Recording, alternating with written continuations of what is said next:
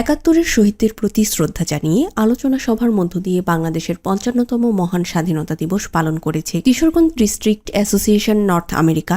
এ উপলক্ষে ২৬ মার্চ সন্ধ্যায় New York সিটির জ্যামাইকার একটি রেস্টুরেন্টে আয়োজিত অনুষ্ঠানে সভাপতিত্ব করেন সংগঠনের চেয়ারম্যান মোহাম্মদ এবাদুল হক এবাদ। সভার শুরুতে একাত্তরের শহীদদের প্রতি শ্রদ্ধা জানিয়ে ১ মিনিট নীরবতা পালন করা হয়।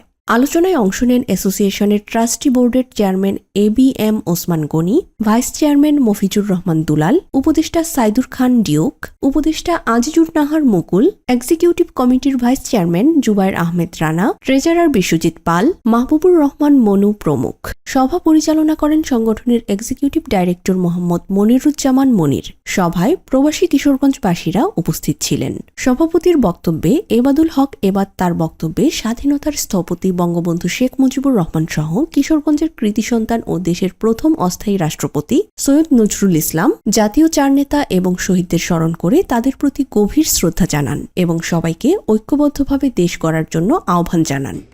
এবং সেই দেশের যে আজকের যে দায়িত্বটা আমাদের সবার উপরে পড়ে, সেই দেশের স্বাধীনতা আমরা কেমনে রক্ষা করব এবং এই জাতিকে আমরা কেমনে বলবো যে এটা বাঙালি জাতির প্রথম স্বাধীনতা এবং প্রথম যুদ্ধ ছিল বাঙালি জাতি। আর এই দিনে আমাদের স্বাধীনতা দিবস, আমাদের 1971 সালে যে দেশ স্বাধীন হয়েছিল, ওই স্বাধীনতার সময় যারা আমাদের দেশের জন্য আত্মত্যাগ করেছে, আমি তাদের জন্য লাখো শহীদের রক্তের বিনিময়ে আমরা পেয়েছিলাম এই স্বাধীনতা। সেজন্য আমরা তাদেরকে জানাই শ্রদ্ধা। মহান স্বাধীনতার স্থপতি জাতির জনক বঙ্গবন্ধু শেখ মুজিবুর রহমানকে আমি শ্রদ্ধার সাথে স্মরণ করছি। এই যুদ্ধকালীন সময়ে আমাদের কিশোরগঞ্জের গর্বের ধন বাংলাদেশের প্রথম অস্থায়ী রাষ্ট্রপতি সৈয়দ নজরুল ইসলাম সহ জাতীয় চার নেতাকে, সেক্টর কমান্ডারদের একজন মরহুম প্রেসিডেন্ট জিয়াউর রহমান সহ সকল সেক্টর কমান্ডার এবং সকল মুক্তিযোদ্ধাদের আত্মার প্রতি সম্মান জানাই। স্বাধীনতা দিবস মানে কি, আমার বাংলাদেশের যে আমার মাতৃভূমি, আমার নিজস্ব জন্মভূমি, ওই ৩০ লক্ষ শহীদের রক্তের বিনিময় এবং ২ লক্ষ মা বোনের সম্ভ্রমের বিনিময়ে আমরা একটি ভূখণ্ড পেয়েছিলাম। যে ভূখণ্ডের মাধ্যমে আমরা আমাদের অধিকার নিশ্চিত করতে পেরেছিলাম যে আমার দেশ, আমরা গর্ব, আমরা স্বাধীন, আমরাই জাতি, আমরা স্বাধীন জাতি।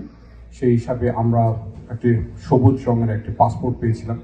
যে পাসপোর্ট যদি আমরা বাংলাদেশ স্বাধীন না হতো, হয়তো আমাদেরকে রাওয়ালপিন্ডি বা করাচি গিয়ে আমাদের সেই পাসপোর্টটি আনতে হতো। যারা আত্মত্যাগ করেছিলেন ৩০ লক্ষ লোকের জীবনের বিনিময়ে এবং ২ লক্ষ মা বোনের ইজ্জতের বিনিময়ে অর্জিত সেই বাংলাদেশের স্বাধীনতা যারা এনে দিয়েছিলেন, তাদেরকে গভীর শ্রদ্ধার সাথে স্মরণ করি। আমি আরও বিনম্রভাবে শ্রদ্ধা জানাচ্ছি অদ্যাবধি ৭১ সালের পর থেকে অদ্যাবধি যারা শহীদ হয়েছেন, তাদের সবাইকে সকলের গ্রহের মাগফিরাত কামনা করি।